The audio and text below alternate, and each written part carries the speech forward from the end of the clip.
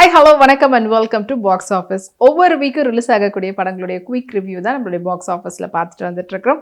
அந்த வகையில் இந்த வீக் ரிலீஸ் ஆன படங்களுடைய குயிக் ரிவ்யூ வாங்க பார்க்கலாம்.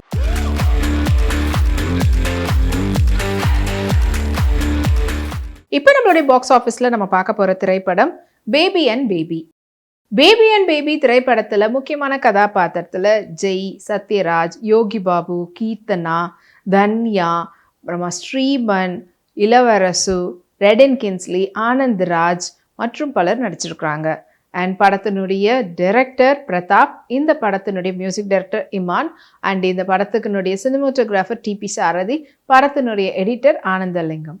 அண்ட் இந்த படத்தினுடைய ஒன்லைன் ஸ்டோரி பற்றி சொல்லணும்னா, ஒரு வெளிநாட்டில் இருந்து, அதாவது அப்பாக்கள் 2 பேர் அவங்களுக்கு என்ன குழந்தை பிறந்திருக்குன்னு தெரிஞ்சுக்கணுன்ற ஆர்வத்தில் காத்துட்ருக்கக்கூடியவங்க, அதாவது தாத்தாக்களுக்கு என்ன குழந்தை அப்படின்னு தெரிஞ்சுக்கணுன்ற ஆர்வத்தில் காத்துட்ருக்குறாங்க. வர இடத்துல ஒரு சம்பவம் நடக்குது அண்ட் அது என்ன ஆச்சுன்றது தான் படத்தினுடைய ஒன்லைன் ஸ்டோரி.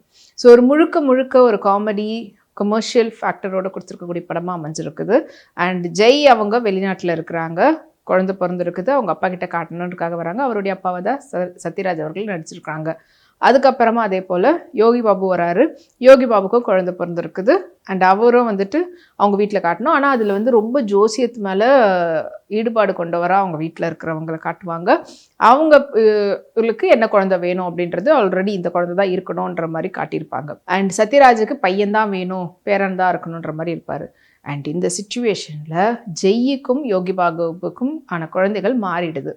ஸோ இவங்க குழந்தை மாறிட்டு பிறகு இவங்களுடைய ஃபேமிலியில் என்ன மாதிரியான விஷயங்கள் நடக்குது அண்ட் அவங்க ஃபேமிலியில் என்ன மாதிரியான விஷயங்கள்லாம் நடக்குது, ஃபைனலி அவங்க எப்படி குழந்தைய மறுபடியும் மாற்றிக்கிறாங்க அண்ட் இதெல்லாம் எப்படி நடந்தது அண்ட் இதனால அவங்களுடைய லைஃப்பில் பாசிட்டிவாக ஆச்சா இல்லைனா இது பெரிய ட்ரபிளில் கொண்டு போய் முடிச்சுதான்றத காமெடி கலந்த ஒரு என்டர்டெய்னிங்கான படமாக கொடுத்துருக்கக்கூடிய படமாக தான் இந்த பேபி அண்ட் பேபி அமைஞ்சிருக்குது.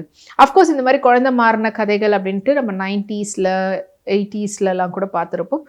எக்ஸாம்பிளுக்கு ரீசன்ட் மீன்ஸ் ரொம்ப ரீசன்ட் அப்படி சொல்ல முடியாது, இதே எக்ஸாக்டான குழந்தை மாறின மாதிரியான கதை ராம்கி அண்ட் விவேக் அவங்களுடைய நடிப்பில் எனக்கு ஒரு மகன் பிறப்பான் அப்படின்ற படத்தில் பார்த்துருப்போம்.